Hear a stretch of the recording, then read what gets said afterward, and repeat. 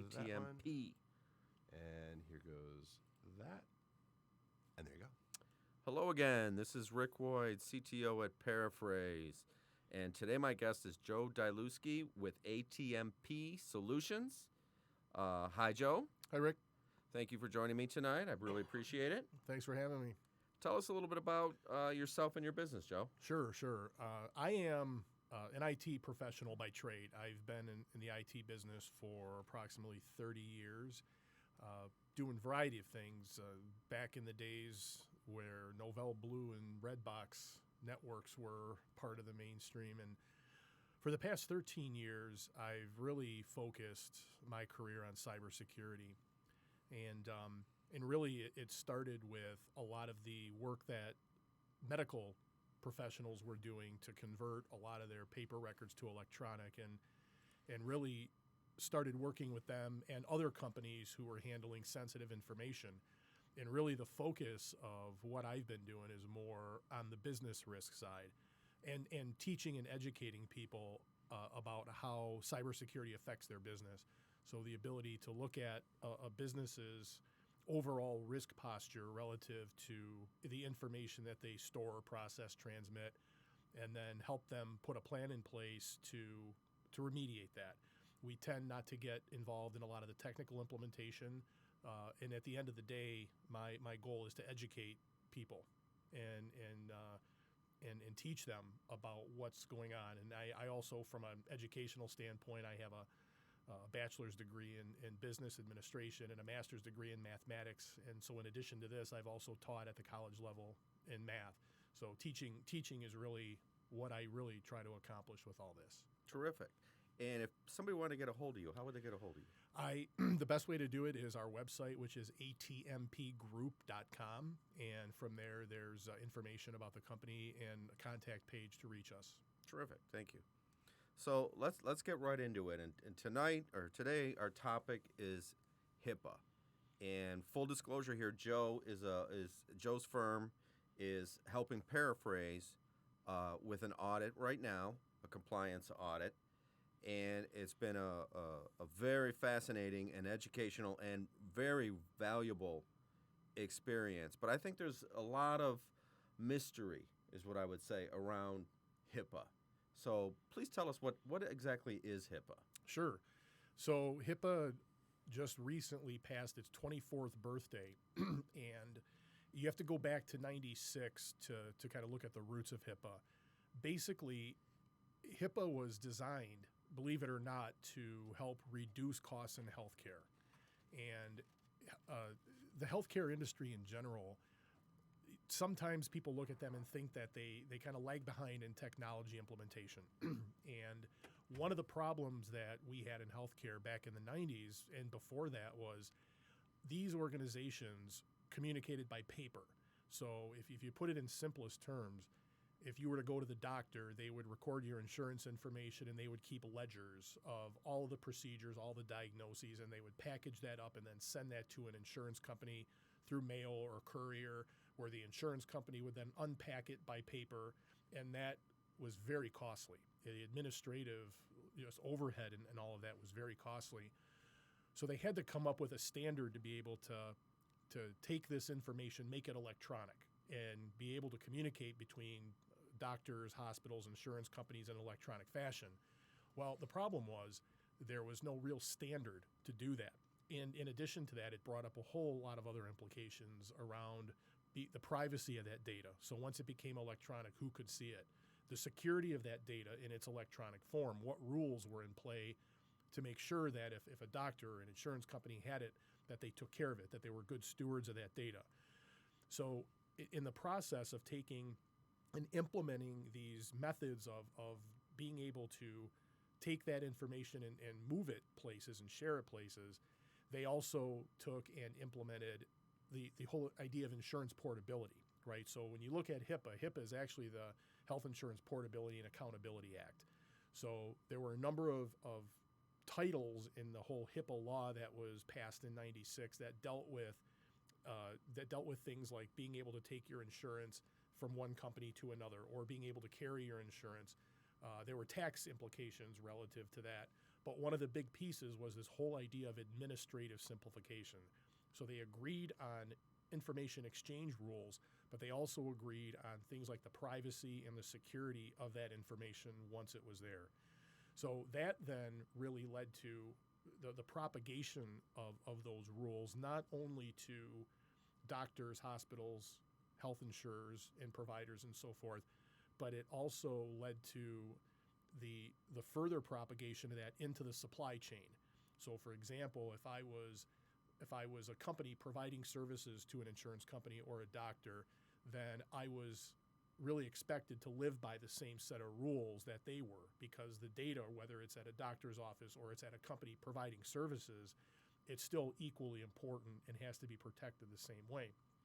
So over time, the Hipaa rule became more pervasive throughout a lot of different companies within the healthcare industry. And when we think about Hipaa today, most individuals that think about Hipaa, they tend to go towards that form they sign when they get to the doctor, right? That's our knowledge. That's our knowledge of Hipaa. But there's, as you've learned, there's so much more behind the scenes that deal with some of the rules and guidelines that have to be followed to protect it. So that takes us up to where we are today. And in between 96 and today, there have been a couple different updates and additional guidance provided by Department of Health and Human Services. But kind of encompassing all of that is really what's gone on the last 24 years. But now, with how much we hear on a daily basis about security breaches, all of the standards, Hipaa included, have gotten a lot more visibility and exposure, and they're taking it much more seriously than they ever have. And that is ramped up over the years. Well, I think cybersecurity today, especially during our current time of this pandemic, is more important than ever, because I'm under the impression, it appears to me, that cybercrime is just exploding right now. There's all kinds of fraud going on. There's all kinds of phishing, which still remains a huge issue for everyone, because it is so pervasive, and the ones that are really good at it are really, really good at it. So how does Hipaa exactly keep you more secure? Well, within Hipaa, I talked about that administrative simplification title or rule. And within that administrative simplification, there are actually 3 sets of different rules. One of them is called the security rule. And the security rule lays out a number of administrative, physical, and technical safeguards that organizations have to follow. They have to be able to attest that, yes, I do this, yes, I do this.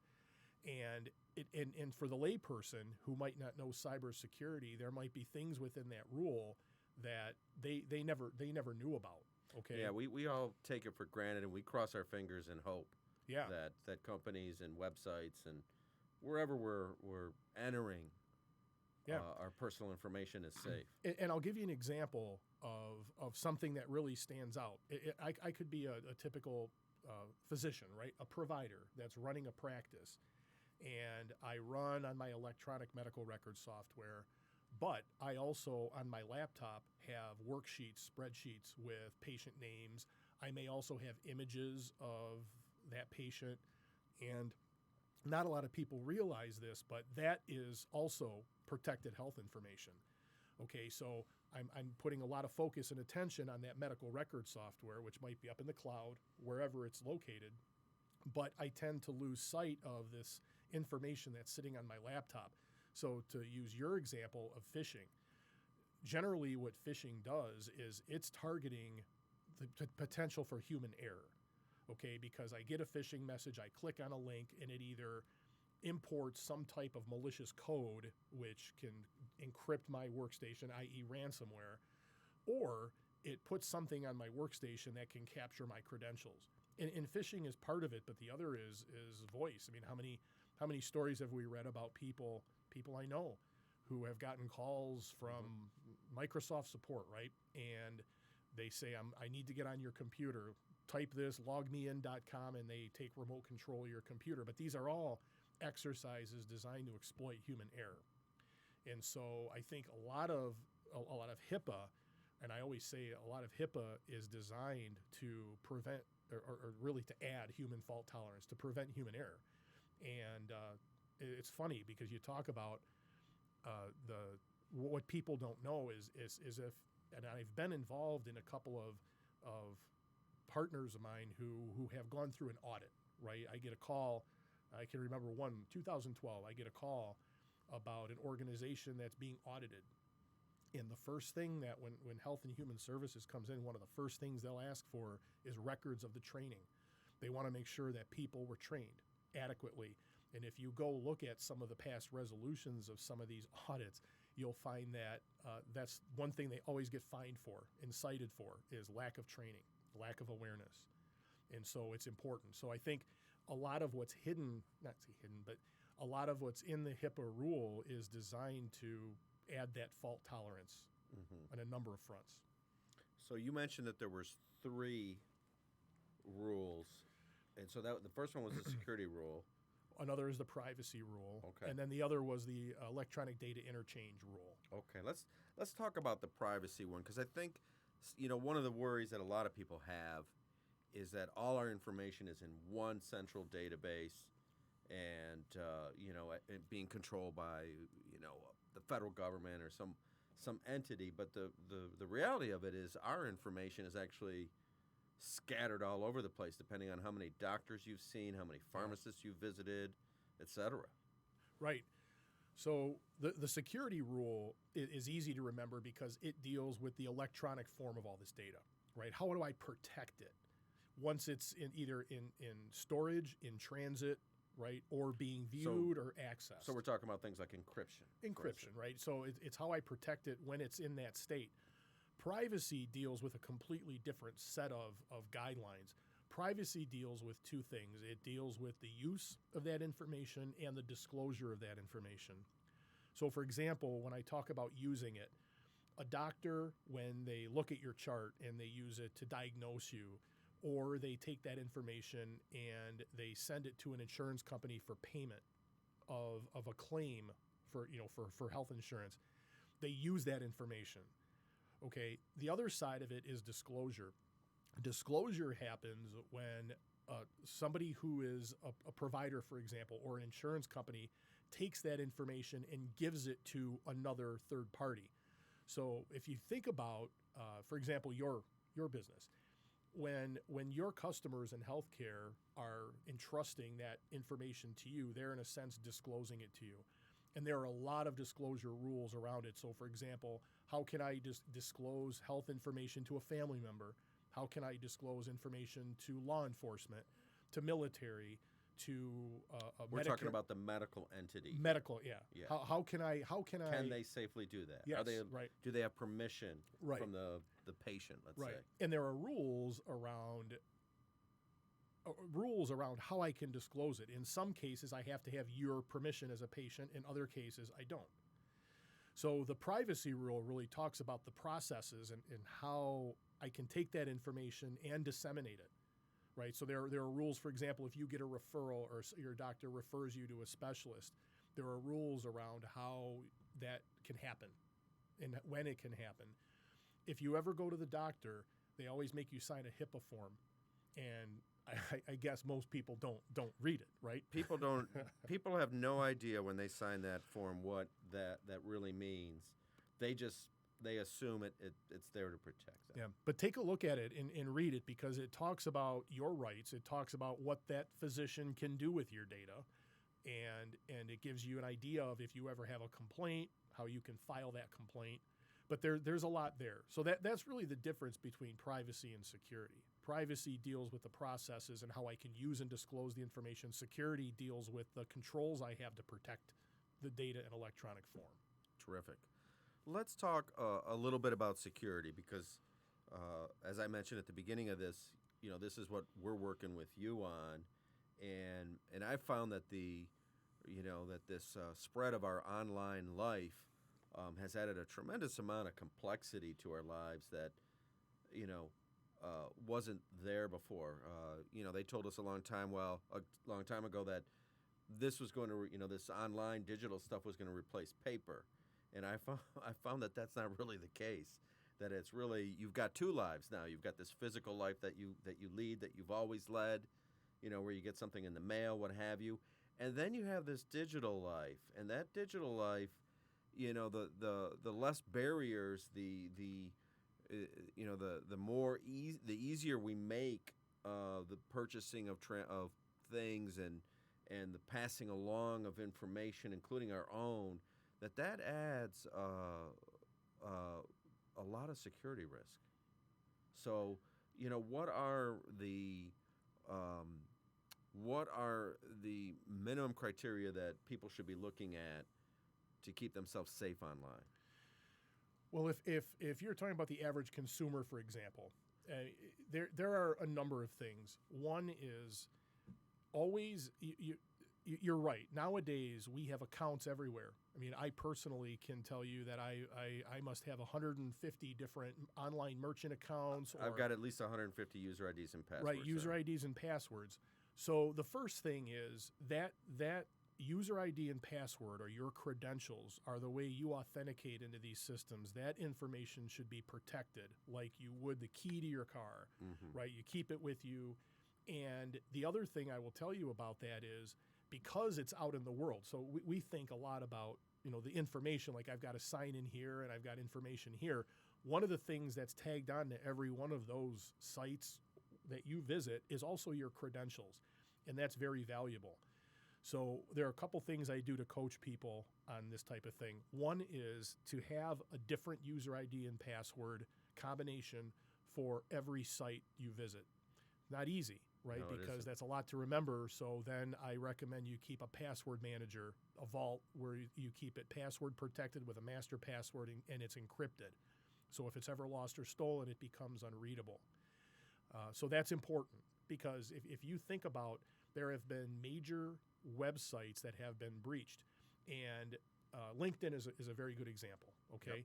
Yep. LinkedIn's a good example of where that website was breached, and frankly, they didn't care much about my background, right? They could, if they wanted to find my resume, they could go out and look on LinkedIn and find it. They were interested in the credentials, because there's a high probability that the same credentials somebody uses on LinkedIn are used at my bank, on my retirement account. Those credentials are a door. Right. You open a door with those things. Right, and they steal that information and they post it in places where Right. the other malicious actors can have access to it.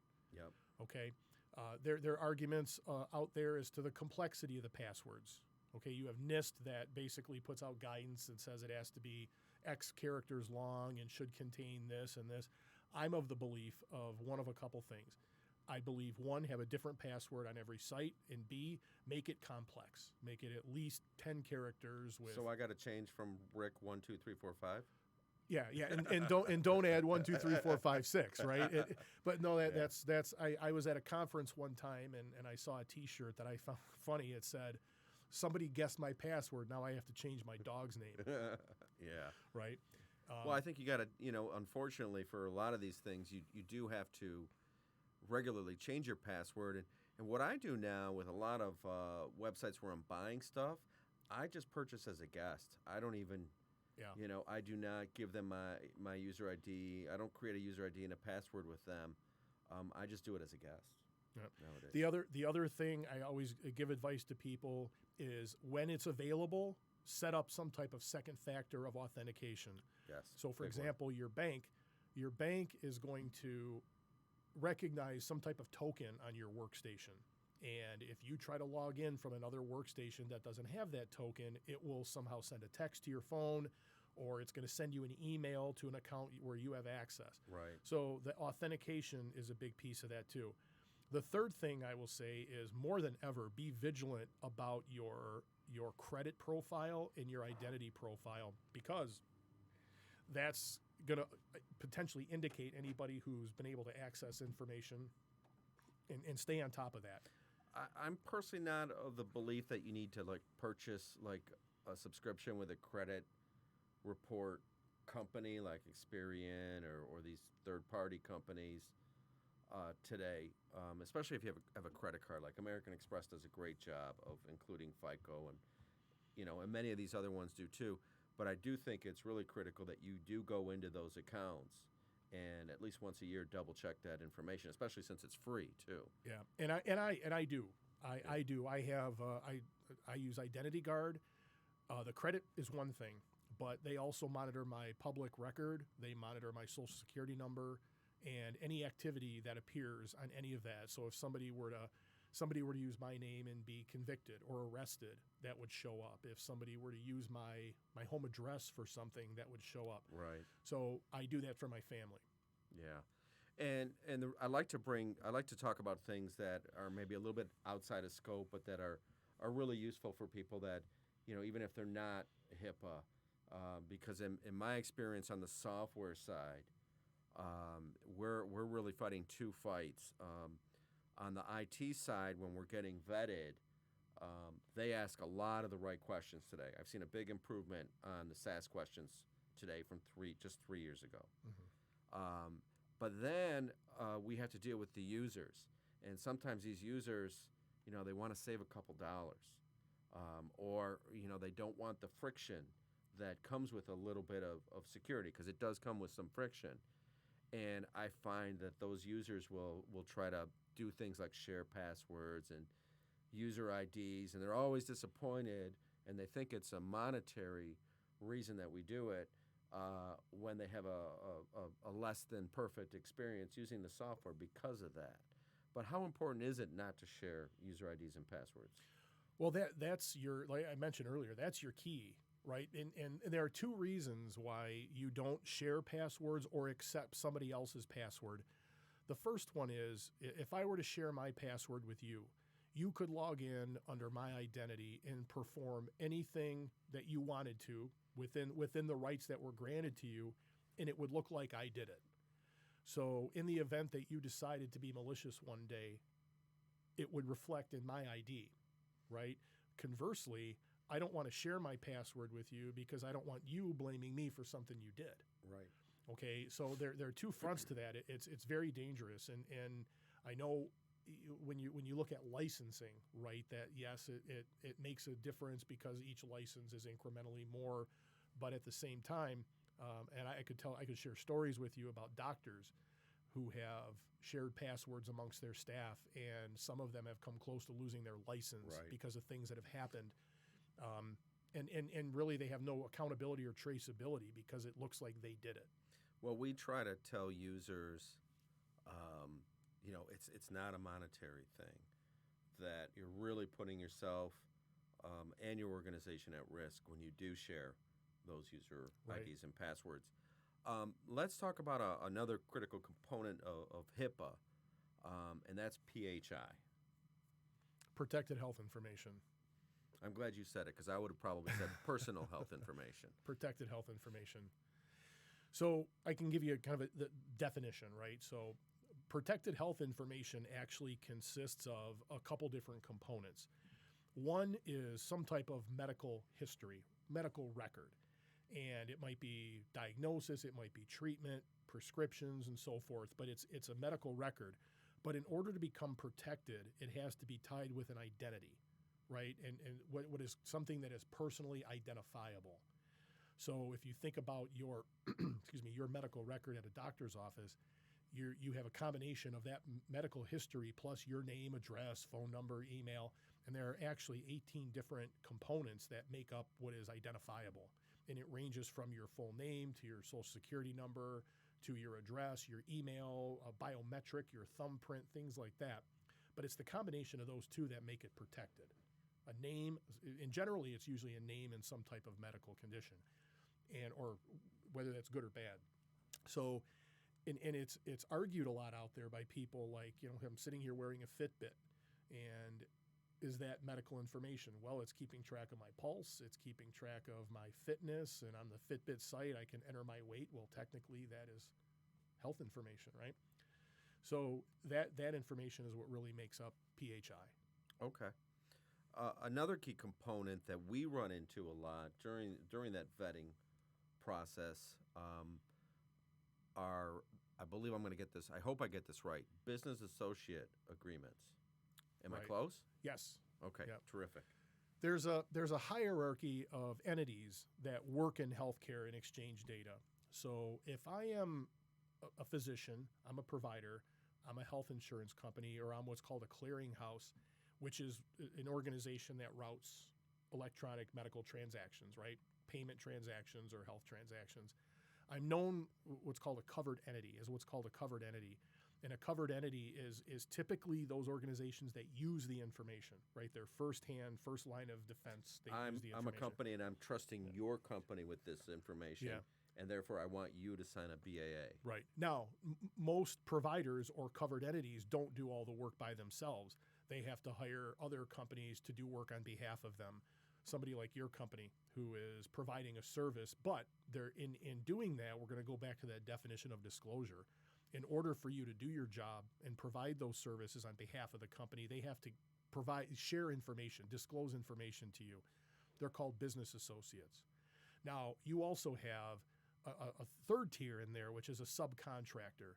So a subcontractor is a vendor of a business associate. The fourth one, and this is the least common, is called a conduit. And a conduit is an organization that moves information in enclosed, for lack of a better term, enclosed packages, but never sees it. So, for example, the United States Postal Service, UPS, they may move lab results, they may move files, but they never see inside the package. They're a conduit, and they're exempt from HIPAA rules. Okay. All the other organizations I mentioned, covered entities, business associates, and subcontractors, are absolutely on the hook to be compliant if they're in the healthcare business. Terrific. Great answer. Last thing I want to touch upon, and I think is really important, is, it always feels like the bad guys are one step ahead of the good guys. How does HIPAA keep up? It's not necessarily a HIPAA only problem. It's a cybersecurity problem, and you're right. They're a step ahead of cybersecurity people, and they continue to come up with creative ways to infiltrate, right, and to cause malicious acts. But I will tell you, what they're exploiting is not necessarily the technical vulnerabilities. They're part of it, right? So a lot of these breaches you hear about. They talk about these large companies getting breached for this many records or this many dollars. A lot of that 80% of it stems from human error.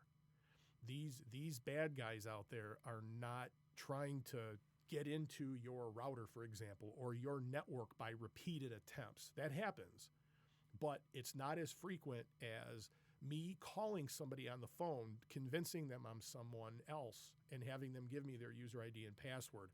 Once I have that and I can get into that environment, there are a number of things that the bad guys can and always do to exploit that.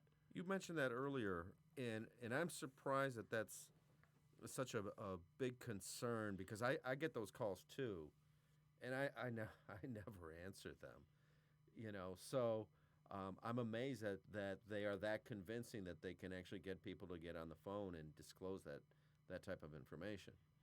I agree. It's scary to the extent at which it happens, and they're getting more sophisticated. So, for example, we talk about phishing. And I'll give you some cases. Phishing is that process where they send you an email and there are links within that email. You click on it, it takes you to a site. It may look like it's from your bank. It may look like Chase Bank, right? It's so easy to do. But you click on it, you enter in a password, and now they have your credentials. So that's part of it. It may be a voice call, vishing, which is when they call you and they try to extract information. Mostly they're after your credentials. And by the way, these organizations, their primary objective is to monetize. Mm-hmm. That's what they want. I know. They want money. Right? So there's vishing where they do it over the phone. Another interesting phenomenon that's happened is spear phishing, right? So spear phishing happens when I do a significant amount of social engineering as a bad guy. I find out about the CEO of a company to the point where I read their social media, read the media, find out where that person might be going on a trip to speak at a conference. And I've heard this many times where the bad guy will figure out when that person is approximately flying, and they'll place a phone call or they'll send an email with that person's name, credentials, and they'll spoof it to the extent that the accounting department gets it. The email says, I'm on a plane. I just got a call from so-and-so. I need you to route $50,000 to this account. And the person on the other line can't get a hold of the CEO, and they're sitting there thinking, what should I do? and it works a lot. Amazing. Just amazing. Yeah. I recently had a friend of a friend become a victim of something that I was just, they are really creative, these people, these bad people. And they were a victim where they applied for a job and they filled out an online application. And then they got some email back that appeared to be legitimate, asking them to give them some money. And they did. Mm-hmm. And so I just was amazed that it's so pervasive, and they really do try to find every nook and cranny that they possibly can to exploit people and exploit companies. Yeah, agreed. I had friends of ours that somebody had done some significant social engineering on them, and they were working. There were two of them out there working in tandem. One was calling the husband, one was calling the wife, and convincing them that the other one was in jail. They were police. One of them was in jail, and they need to take care of this right now. No, you can't call the jail. If you do, it's going to be worse for your husband or worse for your wife. And they ended up extorting several $1,000s out of them. I regularly get those ransomware Bitcoin emails. I don't know if you've gotten those. Absolutely. Where they say, I have taken over your computer, and if you don't give me $20,000 in Bitcoin, I'm going to steal your complete identity. And it scares I can see how it would scare the hell out of people. Yeah. But how do you know, how would you know that that's fake? Well, there are a couple things to remember. One is there is no Prince of Nigeria that is sending you money. I guarantee it. There are a couple red flags to look for in fraudulent messages. One is, even though the message may say it's from your bank, don't click, but hover over the email address. And if Chase.com is sending you an email and that email didn't come from Chase.com, it's probably not legitimate. Right. Look at the grammar and the language in the email. If there are any links in the email, don't click them. Never click a link in an email. If my bank sends me a message, I'm going to go to my bank's website and go there as opposed to clicking. They've gotten better at that. They send text messages and say, we would never send you anything asking you to click on something. Yeah. I would never click on a link in an email unless I knew it was from a trusted source and they told me it was coming. Right. The grammar is another key thing to look for in there. Another is look at the who they're sending it to. Okay, if is your email match the email address you have on file for that online account? Mm-hmm. And if all else fails, call them. Give them a call. I know nowadays. I would use a payphone if you can find a payphone. Yeah, nowadays we don't like actually picking up the phone and calling people as much anymore. But pick up the phone and call them and report it too. Yeah. There's also there's a fraud site. I think it's the FTC that has when things like this happen, you can report them. Very few people do, and of course the FBI is always on top of this too. Mm-hmm. So now we're all working remotely from home, and that adds some new complexity. Many of us are working from our own laptops. Companies didn't just go out and say, okay, everybody's working from home. We're going to mail everybody a laptop tomorrow. How is Hipaa responding to all this remote activity? It's problematic, and the reason it's problematic is because, again, your primary focus is on the information, okay? So what I need to look at, if I'm talking with somebody who's asking me, what I need to look at is what is the ability for that user, regardless of where they are, whether they're in the office or at home, but at the home situation adds another level of risk. What ability does that user have to take data and extract it and pull it down to that local workstation?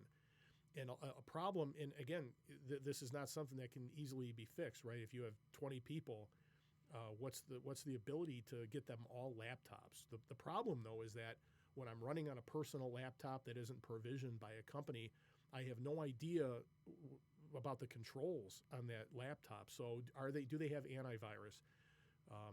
Is it encrypted?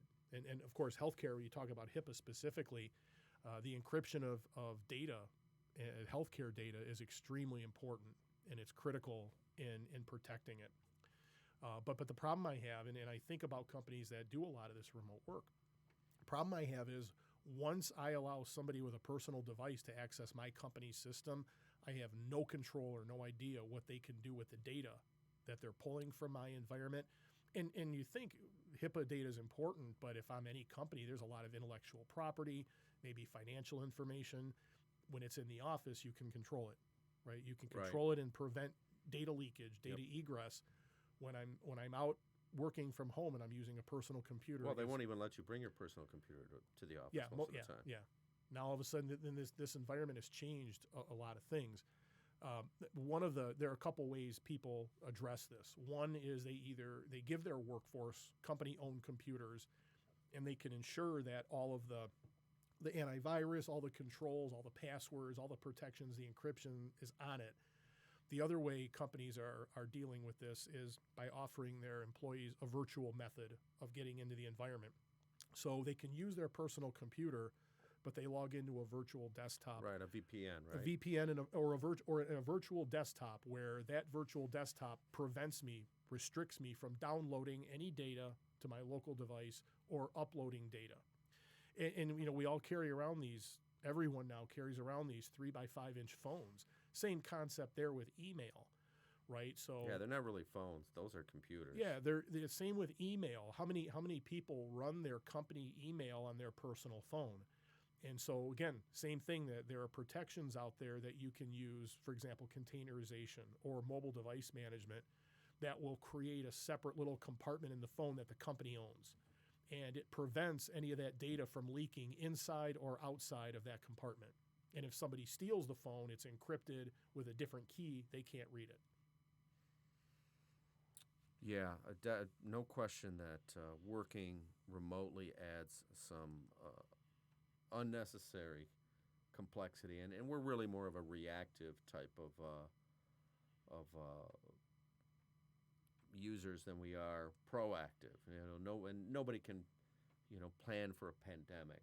It's not like someone said, hey. In the office, the IT guy raises his hand and says, hey, we better get ready for a pandemic. It could happen. That guy would have got laughed out of the room. Yeah, and there is one of the HIPAA controls deals with something called the emergency mode operation plan, and it was designed just for these types of instances. So what do you do? And I always call it kind of the smoking hole, right? So what happens if you were to go to the office one day and it was nothing but a smoking hole? How would you continue to operate your business, assuming that office didn't exist? So in the past, we've always equated these type of emergencies with tornadoes or power outages or bad storms, but a pandemic is another one. Now all of a sudden, we have to continue to operate a business, but we have to do it from everywhere but the office. We can't go there. Mm-hmm. What do we do? The cloud and a lot of the internet makes it a lot easier to function as a business nowadays, much easier than it was 10, 15, 20 years ago, but it's still a consideration. I think more and more companies are understanding the security value that the cloud provides. When we first got started, there was resistance to cloud, and we have companies in a number of different sectors, and one of them here is automotive, and they still have rooms full of servers, and many of them still believe that that's safer than the cloud. And I try to tell them, listen, no matter what you do, you are not going to have better security than Microsoft or Amazon or Google. These companies, security is their lifeblood. One of the things that a lot of individuals and organizations overlook is what really is security. A lot of people, when you think security, think about a fenced-in area with a guard dog, right? That's secure. In our world, security deals with three different legs of the stool. It deals with the confidentiality. In other words, who can see the information, and do the appropriate people have the appropriate rights and entitlements to see it? That's the guard dog. But the other two are availability, which is the information there and available for me when I need it, and integrity, which means is the information in its purest form. In other words, was it altered, ensuring that it was never altered and destroyed in any way. So availability is a huge component of that, and the cloud has made it a lot easier to ensure availability of a lot of these environments and systems. Well, thank you for that, Joe. And as we wrap things up here, as a company that's going through HIPAA right now, I mean, I can tell you, and no, don't take this the wrong way, Joe, but it's not always a fun experience to go and do a compliance audit. But I also have to be candid about this and say that it's really made us a lot more knowledgeable about security, and really it's really helped our customers, our users, have a safer experience as well. Yeah, and I appreciate that feedback. You know, I mentioned early on that my what I do is educate. All this stuff, there's a lot of knowledge about that goes into doing a HIPAA, for example, implementing a HIPAA framework. But my goal is to be able to work with you and leave you in a position where you're self-sufficient, right? Mm-hmm. You get this. And if you think about the combination of factors I mentioned earlier, where 80% of these issues are caused by human error, my altruistic objective is the more people I can get educated on this, perhaps the less of these incidents we'll have, and I can do my part. Yeah, well, we're all part of a big chain, whether we want to be or don't want to be. Yep. So keeping ourselves safe also keeps others safe, which in today's environment, I think is a good reminder. And you talk about others, Rick, you're going through a HIPAA exercise, right? And a lot of that happened because all of us, you received a contract one day, or you received a questionnaire that says, oh, by the way, do you do this? So in the healthcare business, you have HIPAA. But if you're in any other business that, for example, is exposed to credit cards, you have PCI. Mm-hmm. You might be exposed to ISO 27000 or NIST if your defense somehow involved in FedRAMP, right? There are a whole bunch of them, and they all approach the scrutiny the same way. There's a lot of commonality between them. Yeah, absolutely, and that's one of the things I've done over the years is being able to educate people on all that. And for some of those organizations, they have multiple, so they may have to deal with HIPAA plus PCI, right? Plus credit card data. Yeah. And so there's a lot of interdependencies, and there's also a lot of overlap in those two. So that's important. So we talk about healthcare, but you could be a restaurant and still have PCI concerns depending Big on time. what type of information you obtain. Who pays by cash? It's less common today than paying by credit card. Yeah, and a lot of organizations that don't know where to put their foot first. Right. Well, we get some noise from some of our users and organizations that are not in the medical industry, but we tell them that, our going through this HIPAA compliance audit has made their experience safer too. That it actually extends far beyond just the medical industry. That these are all really good best practices that are going to help everybody. Absolutely. The HIPAA rule, wasn't grown organically, right? It was borrowed and leveraged from other compliance standards like ISO and NIST. And so when they built this, they built it, but what they had to do, the challenge in building HIPAA, was that they had to create a framework that was scalable, right? So that the same set of rules could apply to a large hospital system that applied to a two-person doctor's office. So they did that. And there's latitude for implementation in there, but it's scalable. And it's also vendor and technology neutral. So you don't have to commit to one specific type of technology to be able to implement it. But again, that's where I help come in and educate, right, is explaining that to people and what their limits and boundaries are. Terrific. Well, thank you for joining us today, Joe, and I'll talk to you soon. My pleasure. Thanks, Rick.